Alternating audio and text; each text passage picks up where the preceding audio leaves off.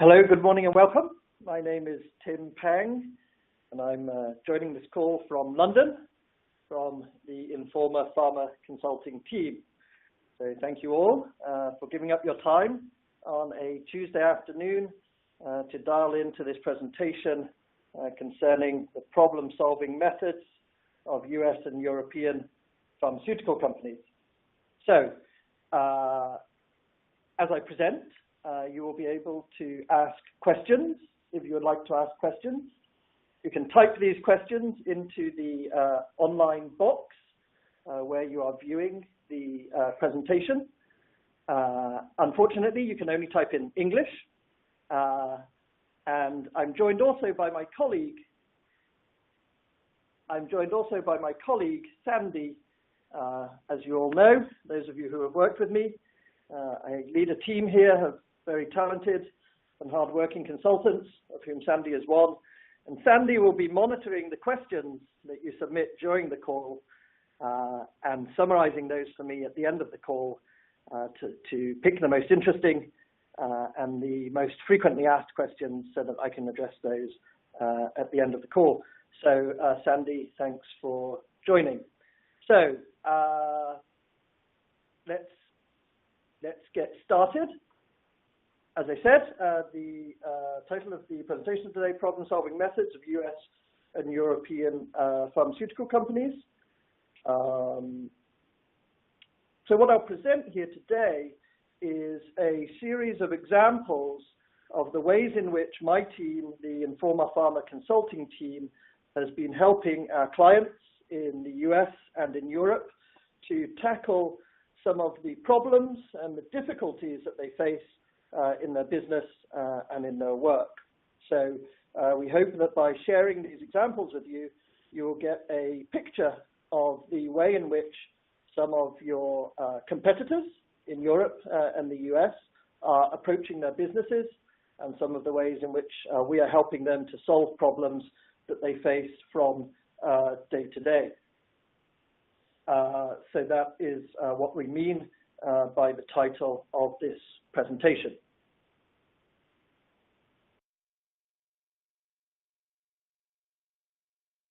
Just before we go into the main part of the presentation, I think many of you will have heard me speak before in Japan. Many of you I will have met before or even worked on projects together with before, but some of you will be perhaps unfamiliar with me and with my team and the type of work that we do.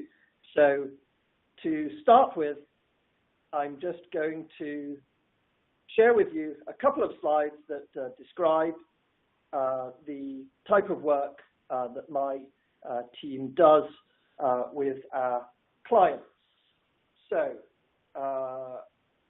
as you can see on slide 2,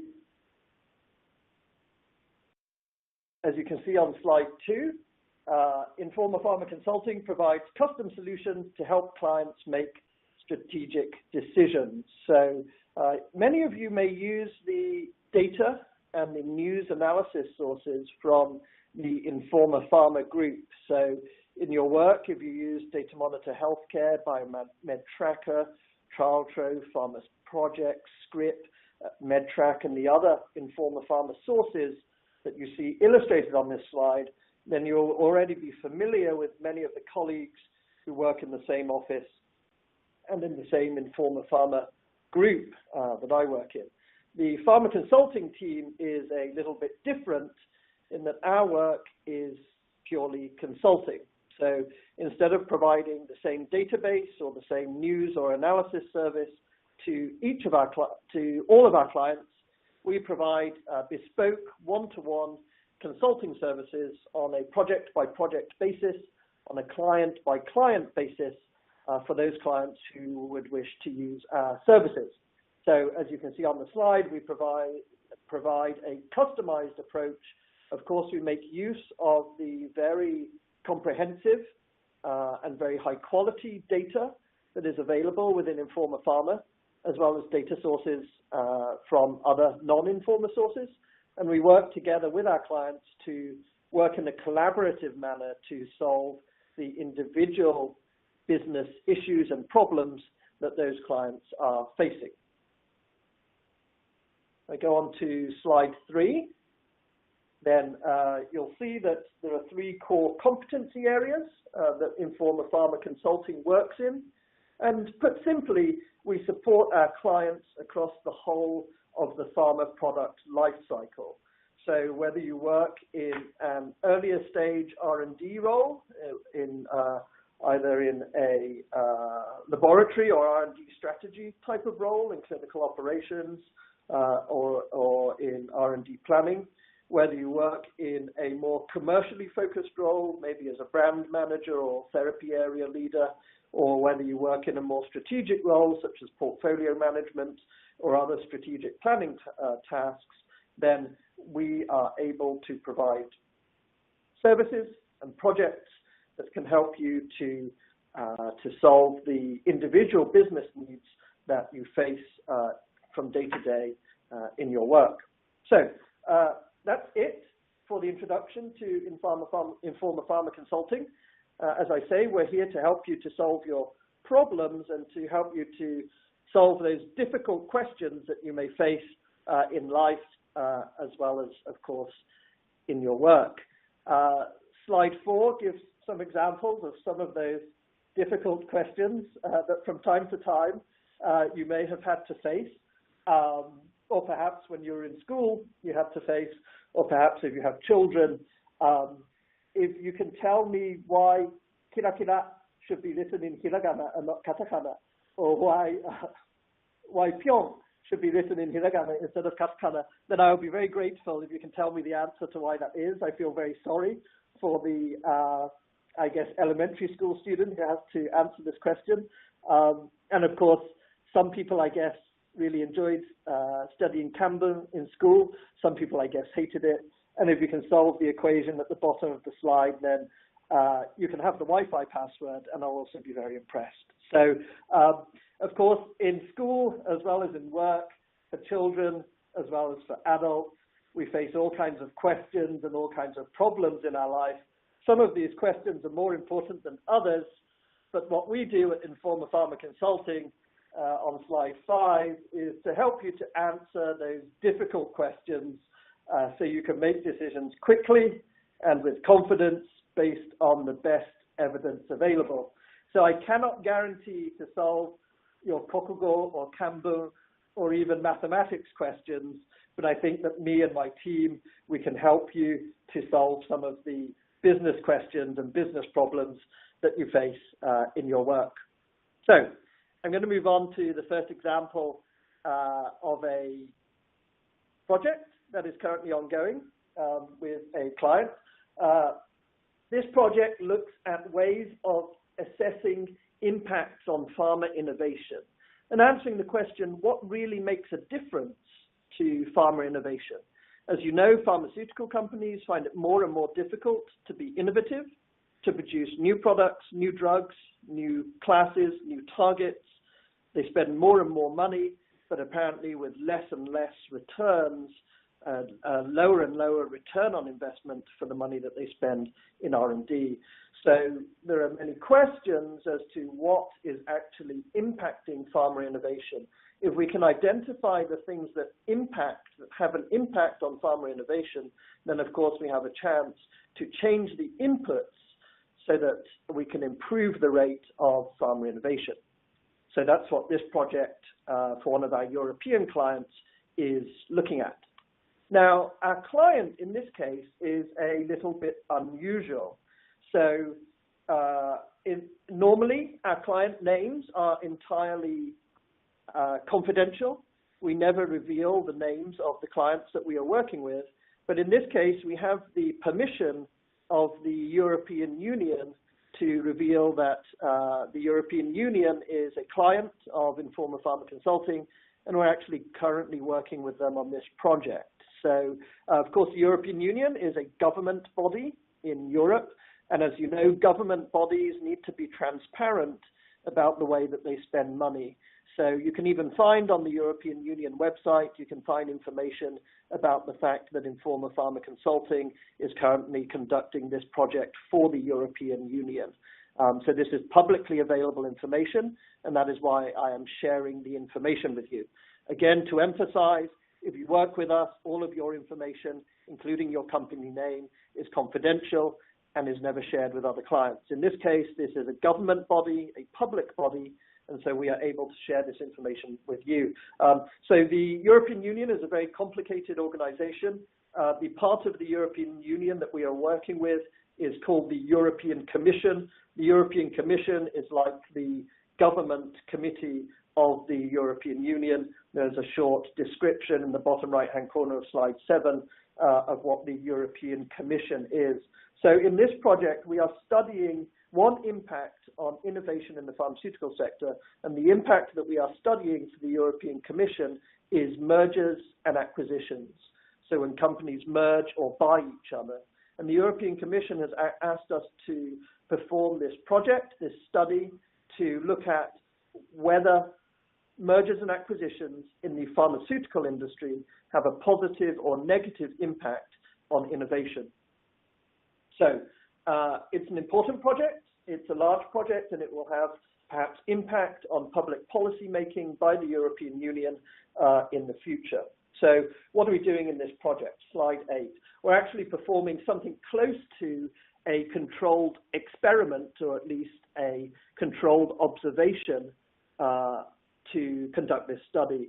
So we are identifying pharmaceutical companies that have gone through M&A, that have merged or been acquired or acquired other companies within a particular time period. And we are also identifying a control group of similar companies. And it's important that those companies are similar so that the control group is a fair control. So we're taking a lot of work to find a fair control group of similar companies, similar size, similar revenues, similar therapy area, similar indications, similar products, that sort of thing.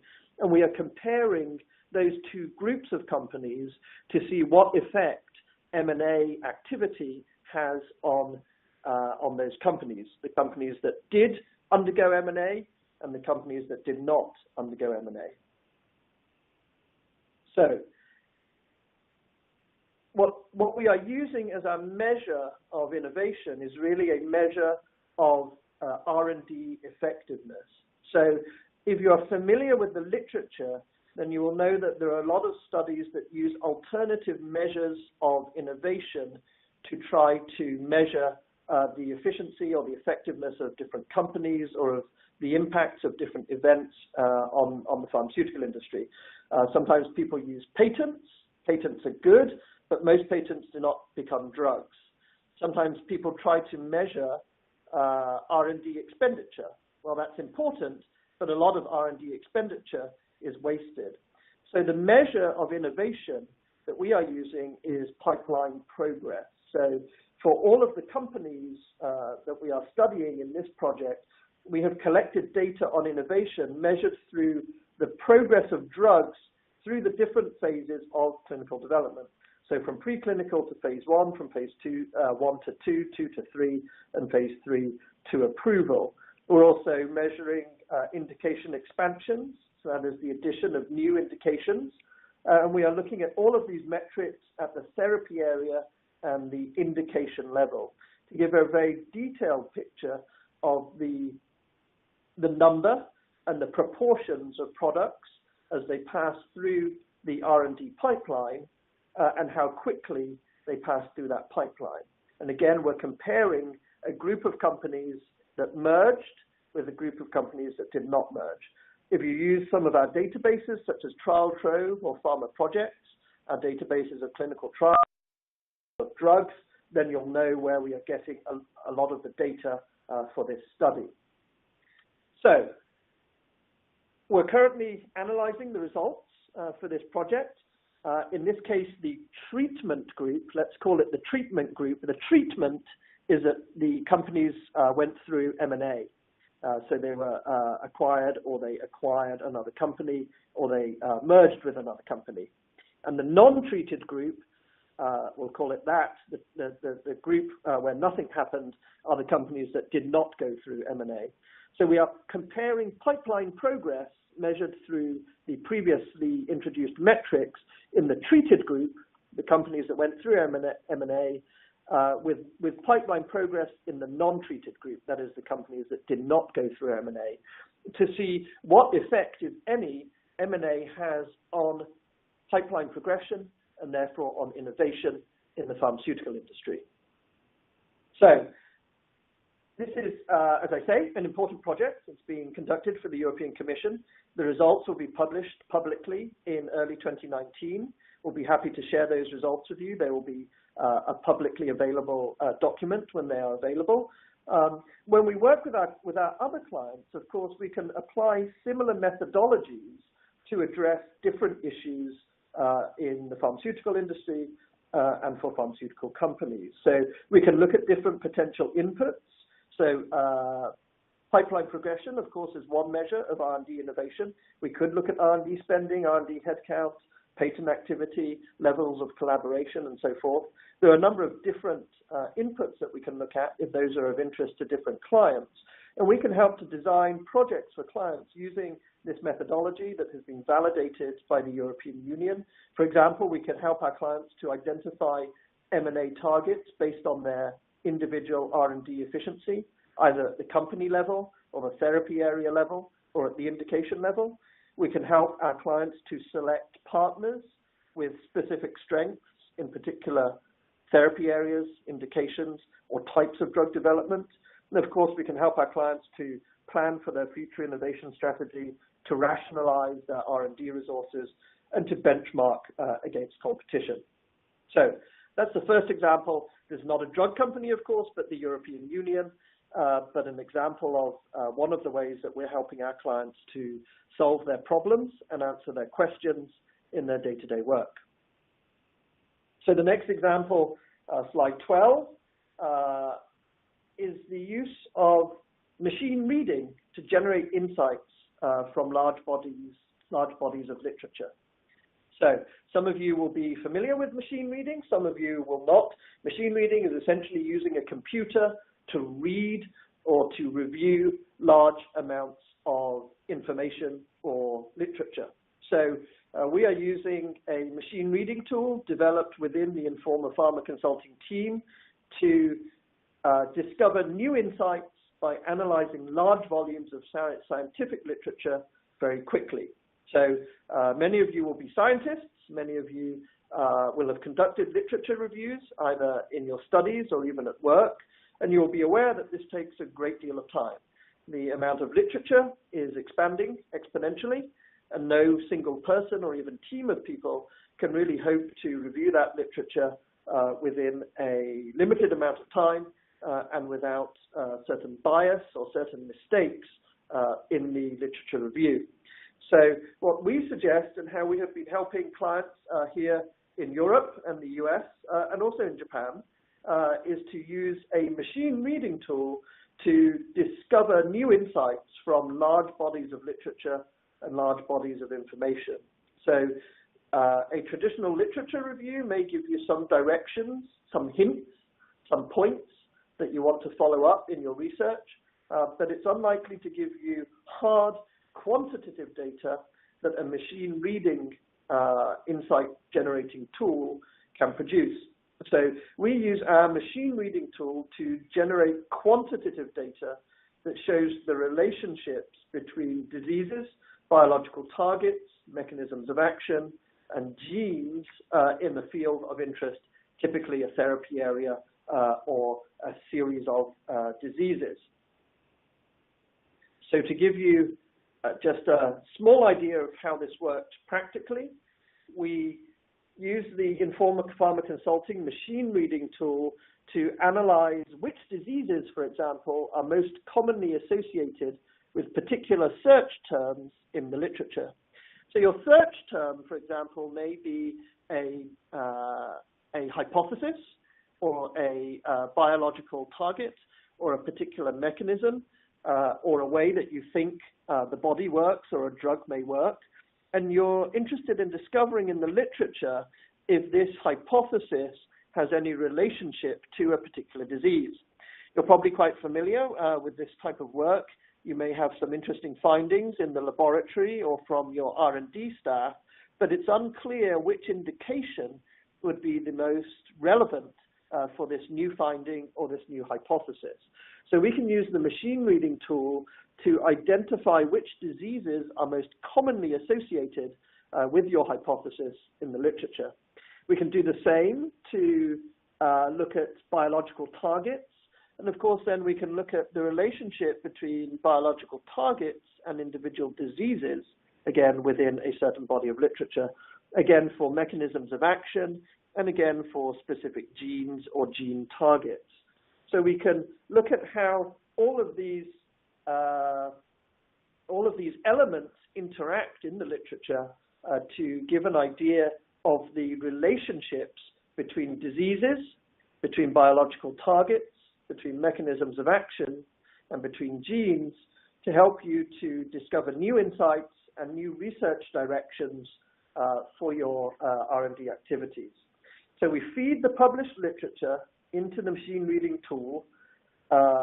It does lots of work, and then it tells us about the relationships in a quantifiable way between each of these elements to discover new relationships that it is unlikely that a human would discover simply by reading the literature.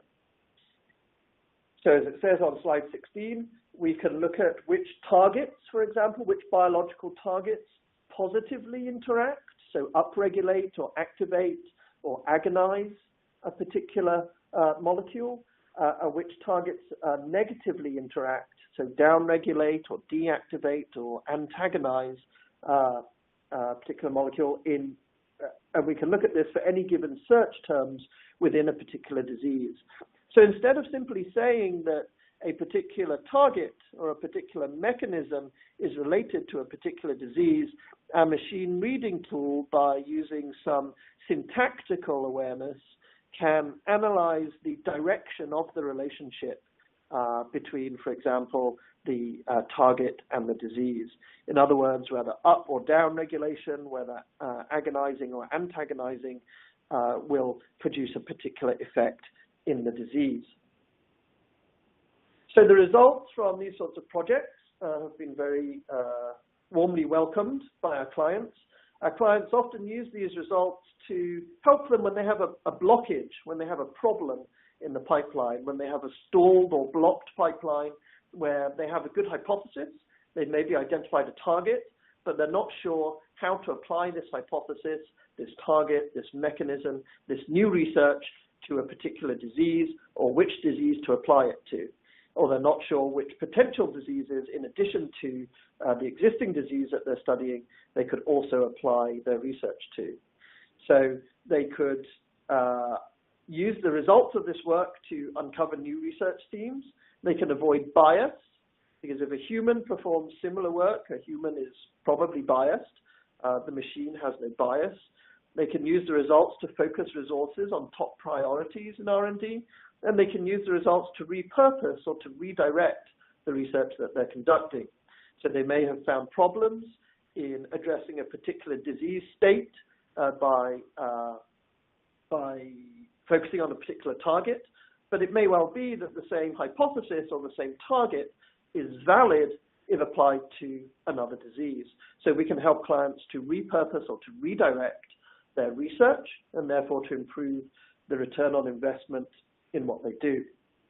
So the results that we provide are objective, they're quantified, they're free of bias, they're comprehensive, and they're quick, much quicker than if you were to try to do this work on your own, reviewing very large amounts of literature. By very large amounts of literature, I mean literally tens or even hundreds of thousands of papers published in the scientific and medical literature.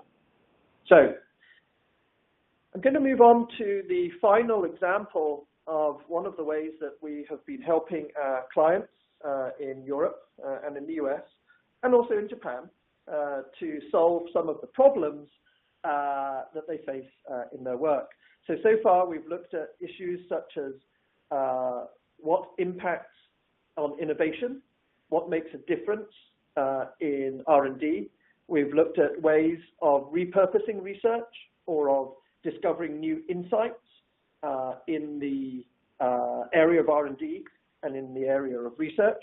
what we will look at now is perhaps a more commercially focused example where we are helping our competitors to answer the questions about what their competitors are doing. So everyone exists in a competitive environment. We all have competition, and we all want to know what our competitors are doing it, when are they doing it, where are they doing it, how long does it take them, which indications are they focusing on, and all of these questions that come up in our day-to-day work.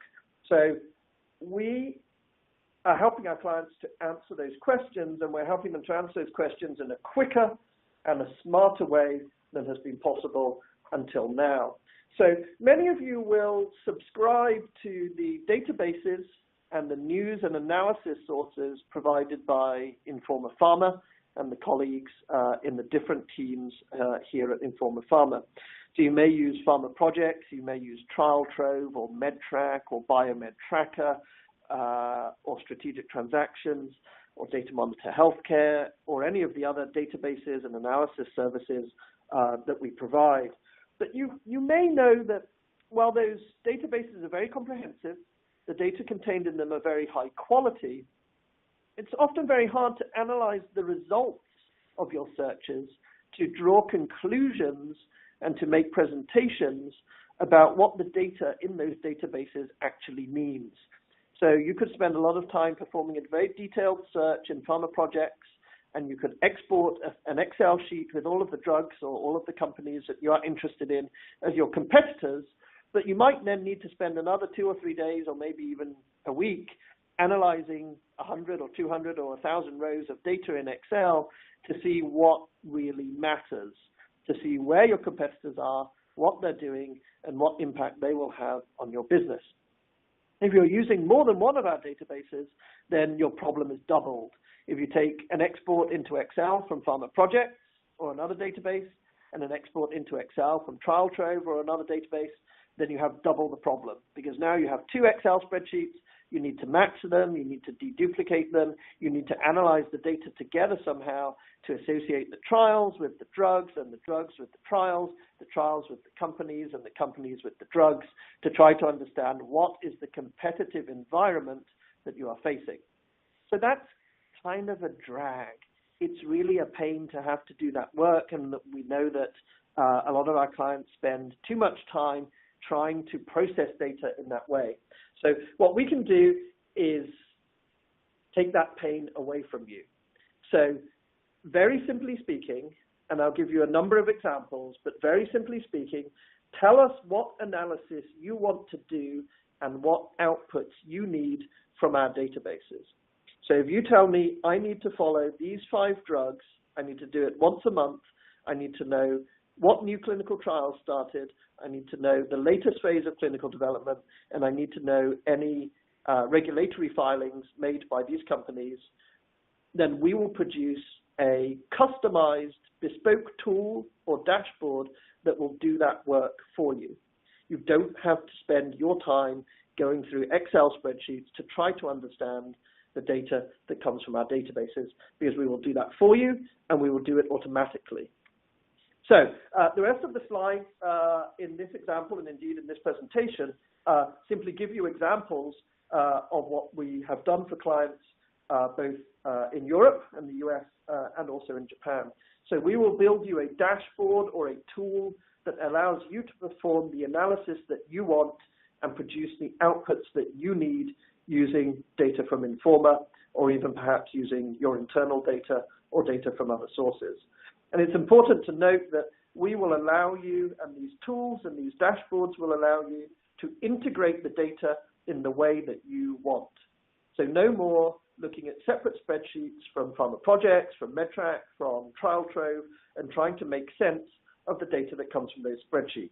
We will allow you to integrate the data from each of those data sources and to produce the sort of summary table like this that you may need to share with your colleagues. You may need to produce a monthly report or a weekly report to more senior colleagues or to your team, and this is what we can work with you to produce in an automated way.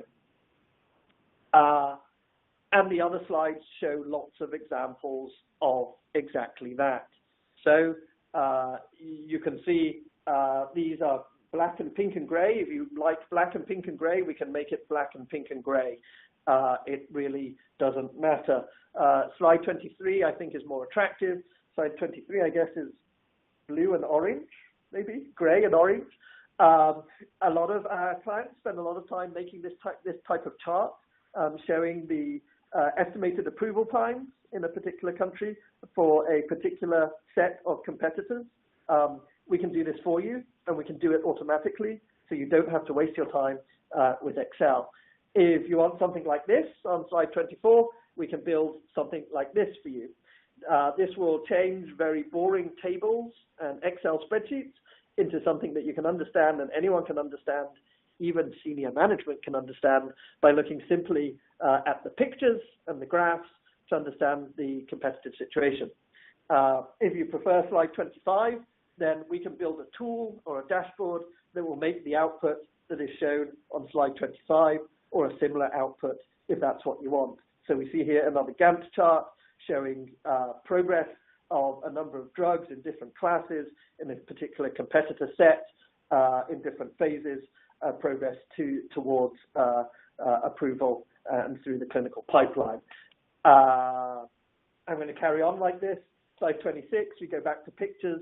If you like pictures, then we can make pictures for you, and we can make a dashboard and a tool that can make these things automatically for you so that you don't need to waste your time. And if you really like Gantt charts, or if you really hate Gantt charts and spend a lot of time making Gantt charts and really don't want to spend your time doing that because you have more interesting things to do, then let us spend the time, or rather let our dashboards and our tools spend the time to make the Gantt charts and to make the presentations for you, so you can press a button and you can get the output that you need without having to spend 3 days playing with an Excel spreadsheet to try to produce something that you can share with your colleagues. And the final example, I go back to pink and black and gray. So in summary for this example, the results are simple to generate.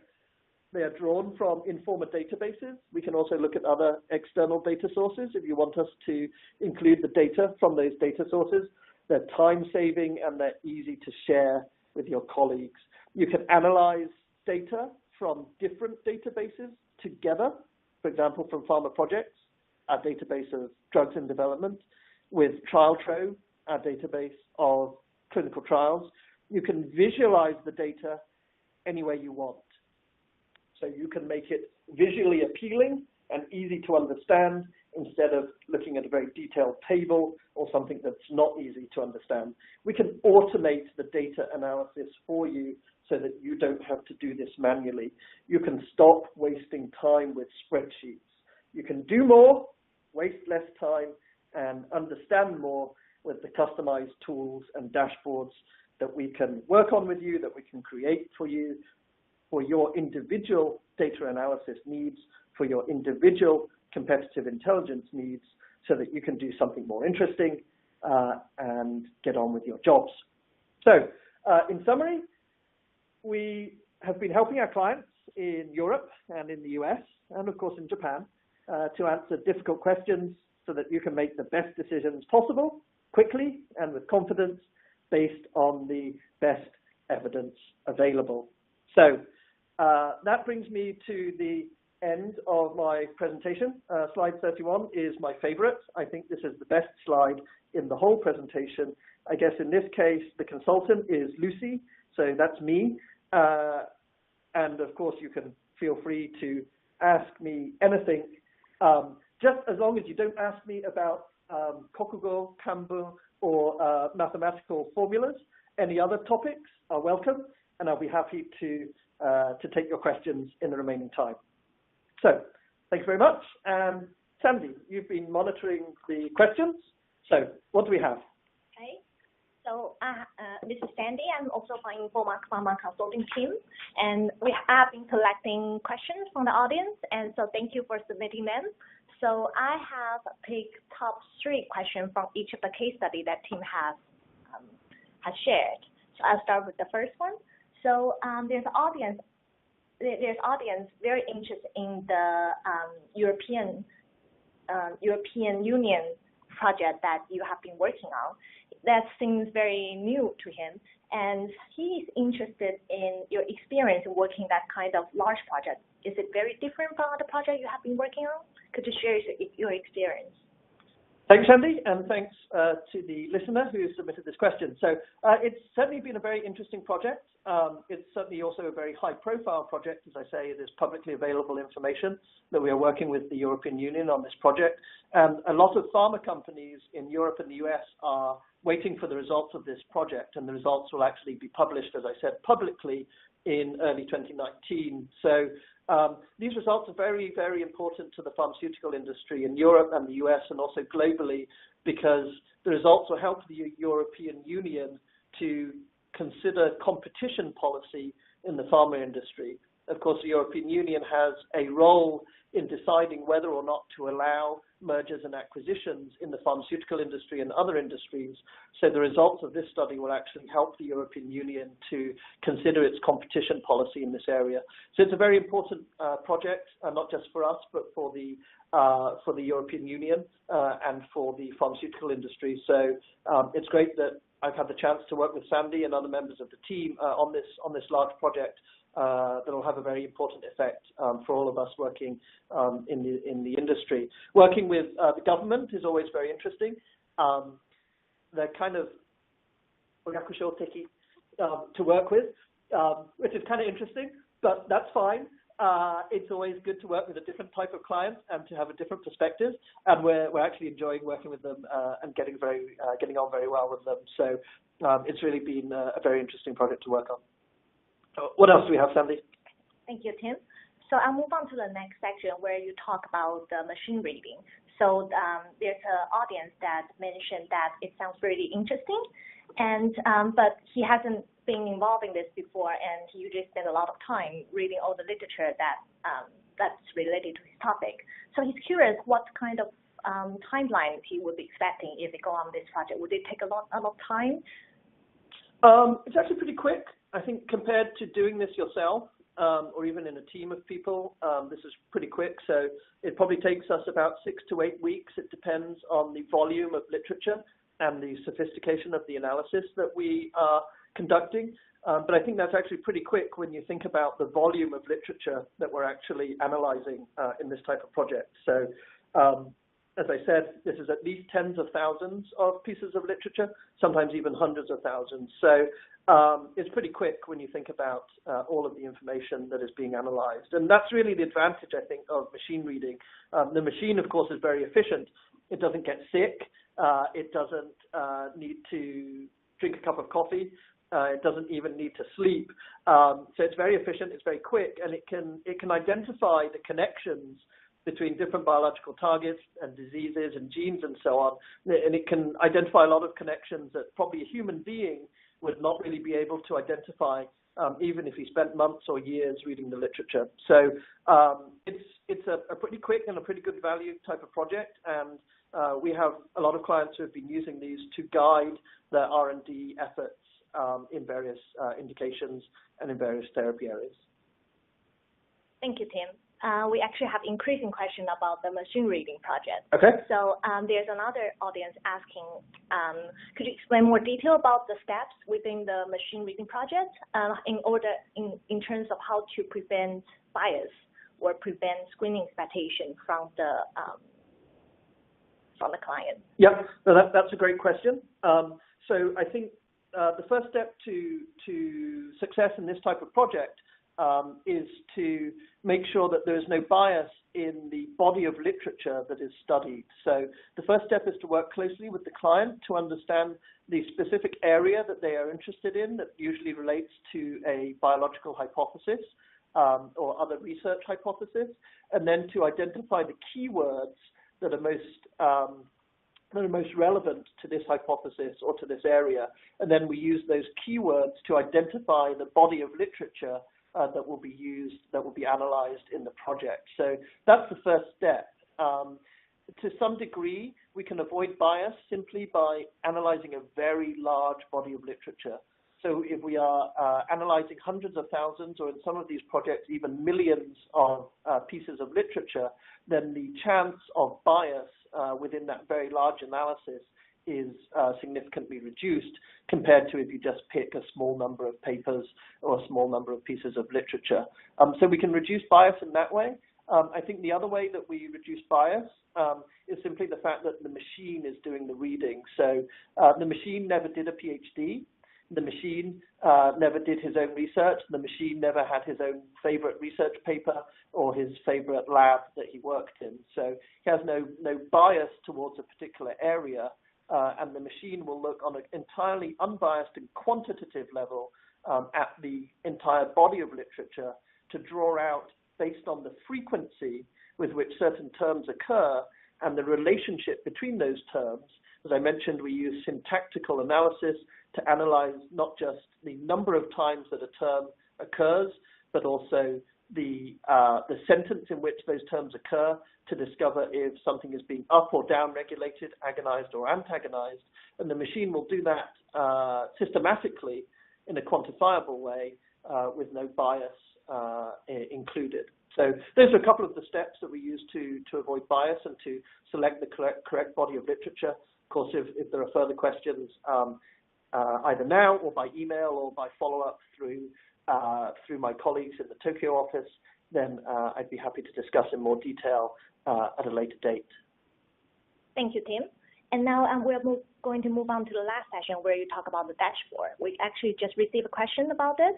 There's an audience asking whether you can customize the output by incorporating some future events, such as like expected approval date or expected clinical trial result date, and also including other scenarios in order to facilitate them to make any business decisions.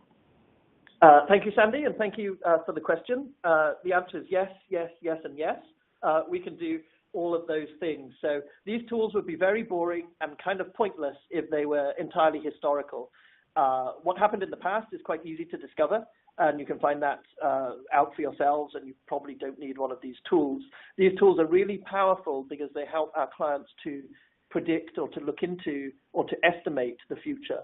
So we do customize those tools to include exactly some of those things that you mentioned, Sandy, to include expected clinical trial end dates or expected filing or regulatory approval dates, expected application or approval dates for the competitor drugs that you are interested in. So the idea of these tools is actually that they are designed to be forward-focused, to focus on the future, to help you to make predictions and estimates about the activities that your competitors will take in the future, so that you can plan your own actions to compete effectively with them. Thank you, Tim. And finally, there's an audience asking what kind of other projects that you have found interesting doing recently, besides the 3 case study that you have shared. Okay. Yep. Good question. Well, we do a lot of different types of projects. That's something I really enjoy about my job. There's a lot of variety in the work that we do because the problems that our clients have, all of those problems are different. So just to give a few examples, recently we've done a lot of work helping our clients to find licensing partners. That could be in-licensing or out-licensing. As you know, more and more drug companies are looking outside their own companies for new products because of the difficulty in developing a product. So we always enjoy helping our clients to find a partner, to find someone for in-licensing or out-licensing activities. We're also doing a lot of work related to China recently. We're doing that work for Chinese companies based in China, and we're also doing that work for Western companies, European or American companies, also Japanese companies who are very interested in the China market. There are obviously a lot of very big opportunities in the Chinese market, but for some of our clients who are not so familiar with that market, it's not an easy market to understand for some clients. So it's really a great opportunity for us to help our clients to succeed and to be successful in a new market and a fast-growing and very important market. So as you know, Sandy, when our clients succeed, we succeed. So in all of these projects, we are very grateful and very positive to have the opportunity to work with our clients to help them to succeed in the work that they're doing. Thank you, Tim. I think that's covered all the questions that I have received. Okay, great. Thank you very much, Sandy. And thank you also for all of you who gave up 45 minutes of your time for this presentation and the questions and answers. As I say, we work regularly with clients in the US and Europe and, of course, in Japan. If there are particular topics or particular questions that you have, particular business needs or issues that are related to any of the presentation today, any of the case studies, or to any other topic, of course, feel free to contact me. My email address is on the front slide of the presentation, which will be shared with you. And also, of course, the team in our Tokyo office will be happy to follow up with you to find out about your needs and, if necessary, to arrange an opportunity to speak with me so that we can talk about the ways that we may be able to help you to answer some of those difficult questions and to succeed in your jobs. So I thank you very much for your attention and for your time, and I look forward to further discussions and also over time perhaps to meeting with you in the future. So thank you and have a good day. Thank you. Bye-bye.